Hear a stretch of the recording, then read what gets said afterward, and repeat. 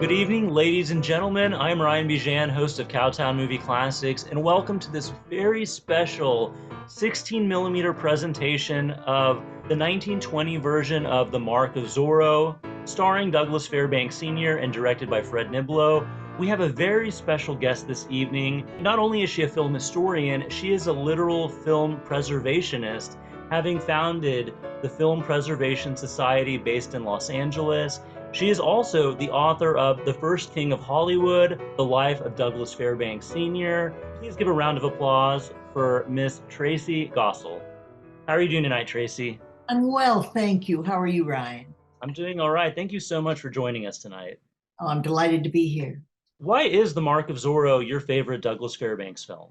Oh my gosh, it's the perfect blend of his early kind of screwball coat and tie comedies with what was to come in the 1920s, which were the great costume epics.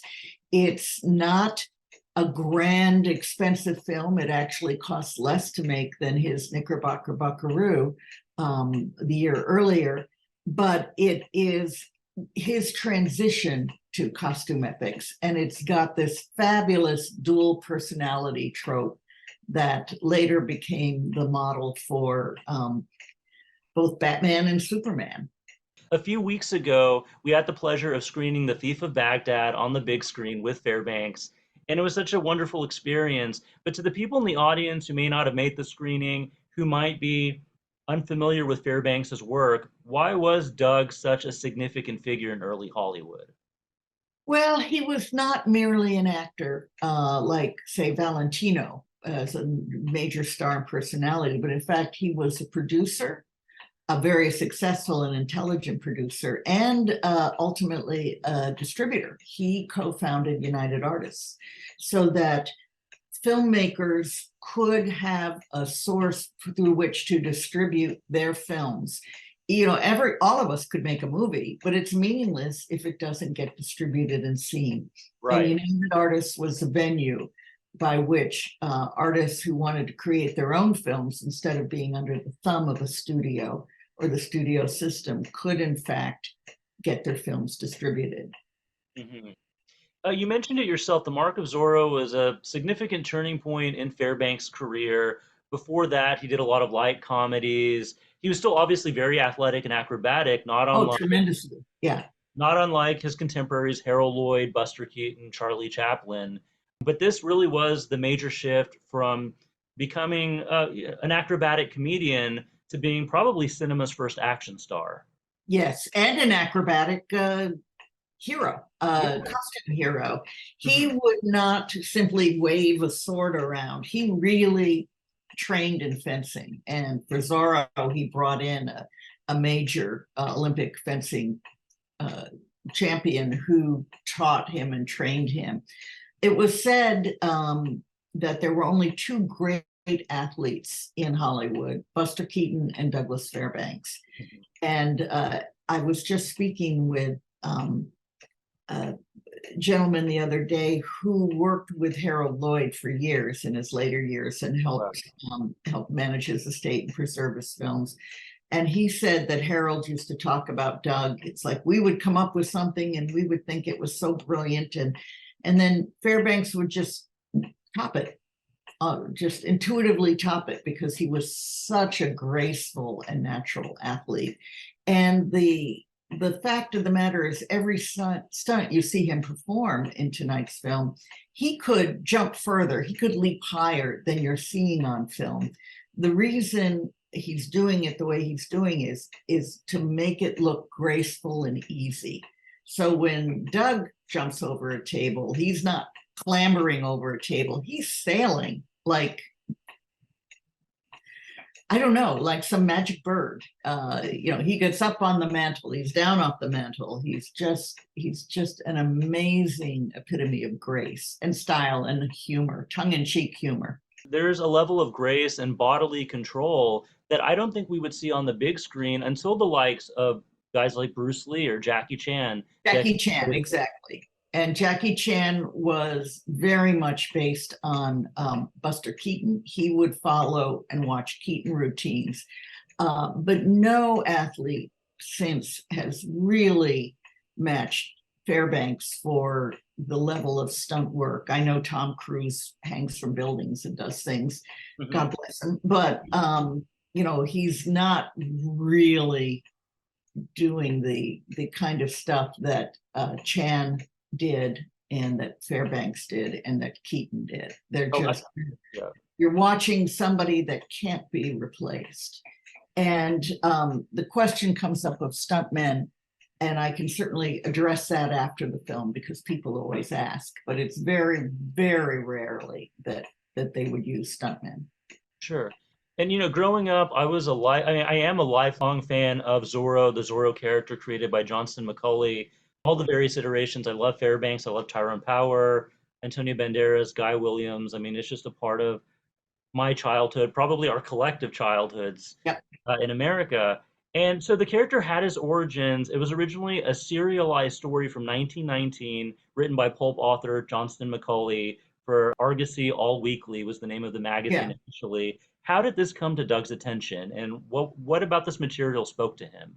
Well, they were constantly reading all of the kind of popular magazines and pulp magazines for source material, but Doug was not a reader. So the material had been pulled for him, but the person who actually read it was Mary Pickford.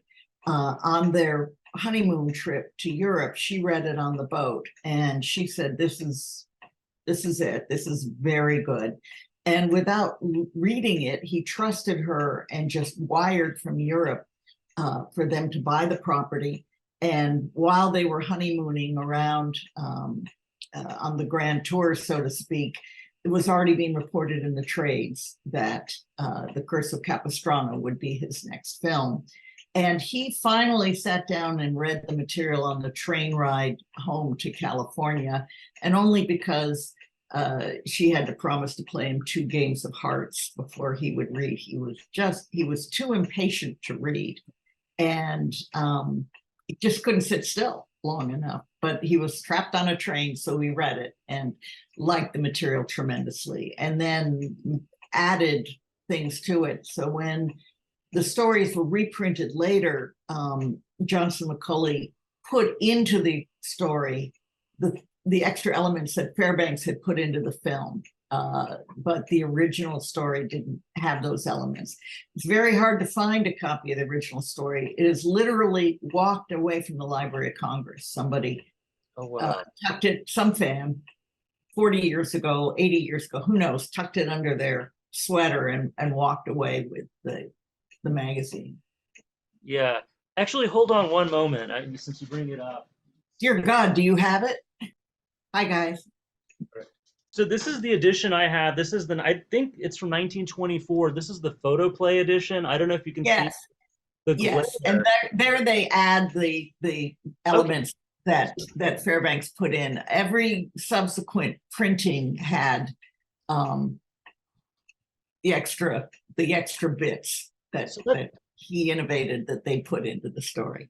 And what are, off the top of your head, what are some of these bits that we associate with the character? I don't want to give away too much because people are going to enjoy it, but let's just say this. Doug likes to carve the letter Z on things, including cork boards and bad guys' bottoms. And you'll see at the end, he carves it in one particularly interesting place. Right. On the real villain. And it's marvelous additional element to add to the story. Closing the intro out, what does this audience have to look forward to in the next 90 minutes or so? A lot of laughter and a lot of enjoyment, and just, boo the villain and cheer for Doug and enjoy yourself. You're about to really have a good time. All right, thank you so much. And for you in the audience, please stick around after the film for our post-show conversation. Once again, I'm here with Tracey Goessel, and without further ado, from 1920, the original version of The Mark of Zorro. For a movie that's 103 years old, I'd say that holds up pretty well. Very well, yeah. You may recognize the chase scene at the end if 10 years ago you saw the wonderful Academy Award winning silent film, The Artist, Yes. because they took that sequence and then cut Jean Dujardin in to make it look like he was playing Doug. Mm-hmm. And he was a pretty good fit. I could definitely see they did a good job matching that. He had the charm. He absolutely had the charm of Douglas Fairbanks. All right, now this might seem kind of blasphemous, but I remember when I was a kid, even when you're young, if you're just kind of getting into old movies, you know the name Douglas Fairbanks. It's such an iconic name. It's like Chaplin or Boris Karloff or anyone, Humphrey Bogart, John Wayne. It's just so associated with old Hollywood. You kind of have a preconceived notion even before you watch the film. And you grow up with the Zorro character, you have this image of this tall, kind of strapping guy. And I remember it was on TCM, I must have been 11 or 12 years old. I saw, oh, the original Mark of Zorro. And when he walks in as Don Diego, at that time in his career, he's such an unconventional looking guy. It's like, wait a second, this is Douglas Fairbanks. This was America's first action hero. Yeah, he's really having fun with the Don Diego character. He's making him a little fey. I say at one point that he's not so much a gay character as he's just terminally sleepy. That's right, yeah. So tired, and he loves his little magic tricks. Have you seen this one? And Fairbanks yeah. loved doing magic tricks. It was not the first film where he said, "Have you seen this one?"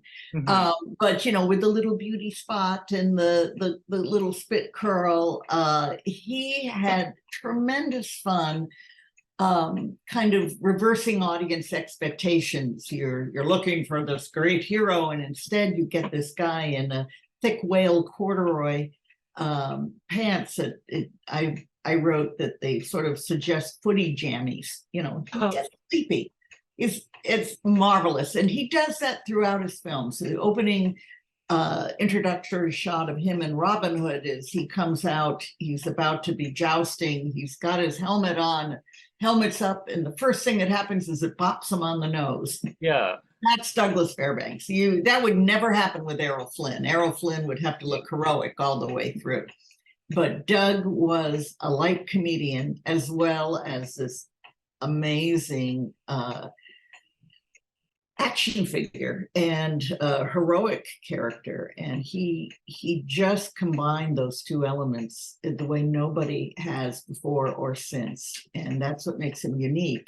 I get exasperated when people confuse him with his son Doug Jr., who was conventionally handsome and a very charming man, and you know, a good classic movie star, but there was no Doug. There's no replacing the original Douglas Fairbanks. What was the audience response like at the time when this film came out? Overwhelming hit, just a real success. A big bump in returns to his production company. And that gave him the assurance that, in fact, he could defy the conventional thinking. At the time, through the teens after Intolerance, costume films were not necessarily very successful. There were some costume films, of course, Cleopatra and Romeo and Juliet, but really costume films were a drug on the market. And he wanted desperately to make The Three Musketeers. The Three Musketeers was his dream, to be D'Artagnan, but he was a very careful and thoughtful producer. So he did this costume film first as a test. And after Mark of Zorro, and before he started production on The Three Musketeers, he made his last coat and tie film, The Nut, because again, he was pushing the envelope, but he was covering his bets. And The Nut was a success, but nothing like the financial success of the Mark of Zorro.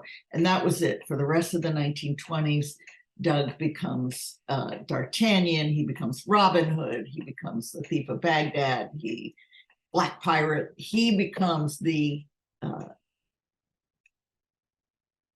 costume hero of folklore that everybody is copying and imitating, and you still see, in a sense, in the Marvel movies today.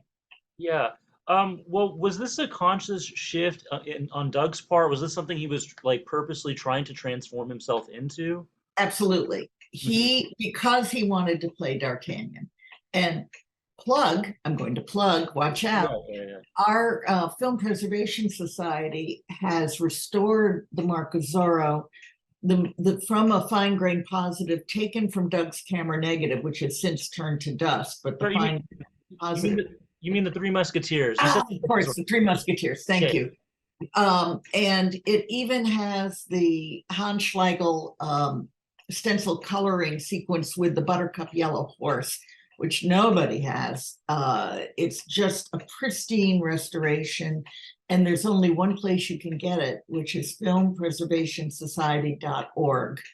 And it's got a orchestral score with Rodney Sowers, Montalto Orchestra, and I really encourage you to go onto our website and find our multiple Fairbanks restorations and really get to know Doug better, because absolutely, yeah. And it promotes film restoration. Every penny goes back into scanning and digital restoration of additional silent films. I can't imagine that it's very cheap to go through this process and to keep these films alive. No, it's not. It's not. And we're working on the Biograph project now, trying to restore every single one-reel film that D.W. Griffith made between 1908 and 1913. When because of him, we migrated from film stage plays to true cinema, where we're moving the camera and moving in for close-ups and cutting back and forth between locations and scenes. And we're trying to preserve every single one of those films so that people can dip in and say, okay, I want to see the Biograph film starring Mary Pickford. I want to see how Pickford's performance evolves. No, I want to see the films that deal with Native Americans or that deal with city, inner city living, urban life in the teens. And it's a 20-year project. We're less than halfway into it, but just to scan a paper print, because all of the 1908 films as film are lost. We can only see them by scanning the Library of Congress paper print. Each reel costs $3,800 to scan. Wow. That doesn't include the restoration time, the shipping, scoring, any of the other stuff. Just scanning the reel is $3,800. So boy, oh boy, we could use people's support. And one way to support us is to buy our Blu-rays and our books. And yeah, well, you certainly have our support, and anything I can do to raise awareness and get the word out there, I'll do what I can. Thank you so much. That's marvelous. Previously, you mentioned how influential the character of Zorro was, really because of this film. And it's interesting to think such an iconic character, had this film not been made, the Curse of Capistrano might have faded into obscurity. Oh, it would have, yeah. And I know that specifically Bob Kane, the artist, Bob Kane, the artist, writer Bill Finger, they have cited the Mark of Zorro as being the primary basis for Batman. Yes, it was. They loved the how Batman has the Bat Cave.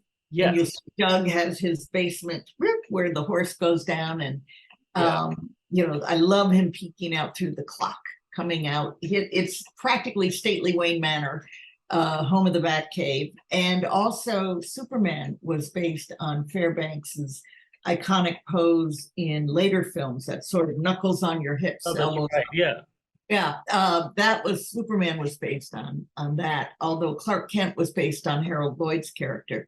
With the glasses, with the glasses. And the dual identity had been in existence before, particularly the Scarlet Pimpernel. But young Robert Kahn, which had been his original name before he anglicized it to Bob Kane, had never seen the Scarlet Pimpernel or read that book. But he was a kid who went to the movies, and he loved Doug Fairbanks, and he saw the Mark of Zorro. And thus Batman came from that. Superman came from Doug. His influence is ubiquitous in ways we don't realize. We see movies in Technicolor only because he saved the Technicolor Corporation from bankruptcy by making The Black Pirate. We attend the Academy Awards or watch them on TV because he co-founded the Academy of Motion Pictures, Arts and Sciences. Film schools didn't exist before Doug. He founded the first one at USC. And, you know, think of Victor Fleming, who directed The Wizard of Oz and Gone with the Wind. He got his first chance as a director with Doug. He had been Doug's cameraman, and Doug promoted him up, thought he had potential. So the influence of Doug Fairbanks is everywhere. It's not simply his films that survive today. It's not simply United Artists. It's all around us. And he's in many ways a forgotten man. Yeah. And I want people to remember him. Well, we certainly remember him, and that's quite the ripple effect. It's amazing when you think about how many careers and industries came about. There would be no Errol Flynn or Tyrone Power had Yeah. it not been for Doug Fairbanks, and of course all the other industries you mentioned. One last question I would like to ask that I'm curious about. Since Doug was such a commanding presence, he was a visionary, he was the producer, he was helping put the money for these big projects. What was his working relationship like with the directors like Fred Niblo? Did they have a lot of say, or did they basically do what Doug told them to do? Actually, according to Doug Jr., they did what he told them to do. Yeah. But you can see a difference. The films that were directed by Alan Dwan look quite different, the early films, than the ones that were directed by Christy Cabernet.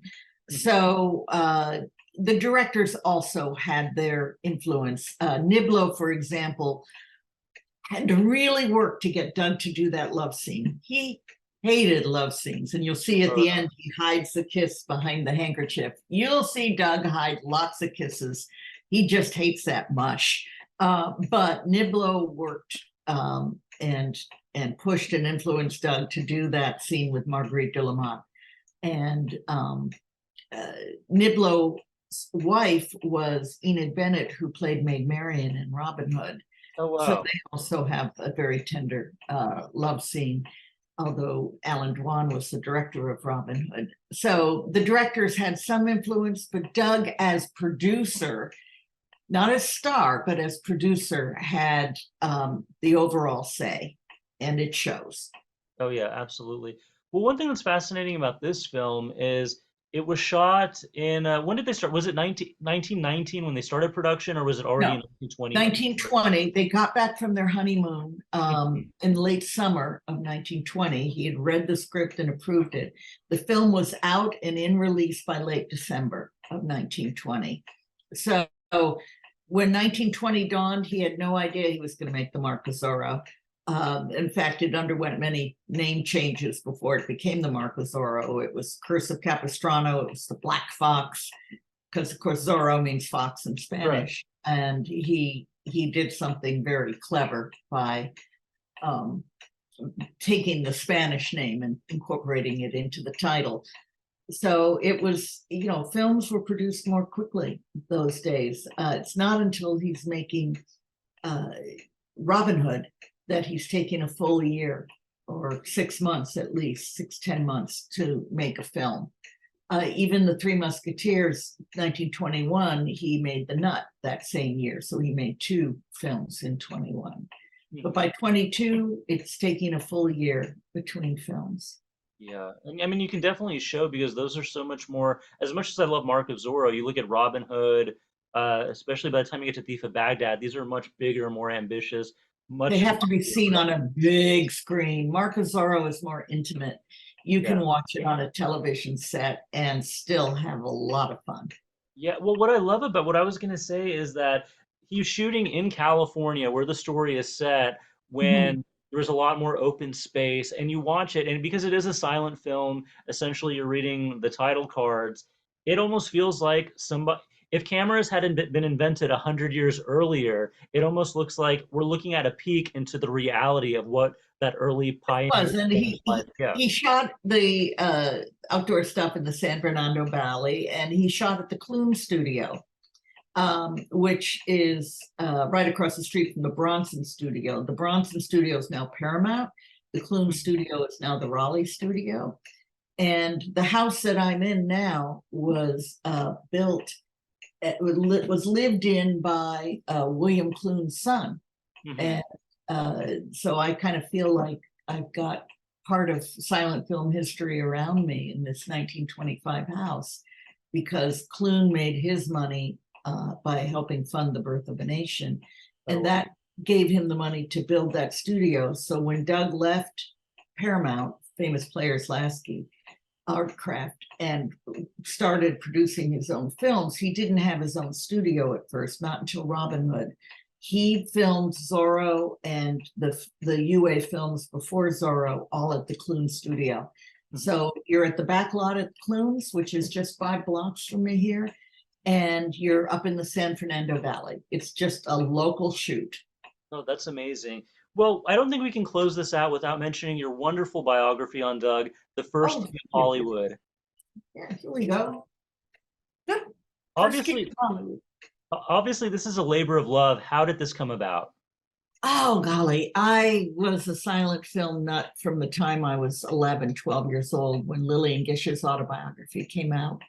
And as the years went by, I grew to have more and more interest in Doug Fairbanks.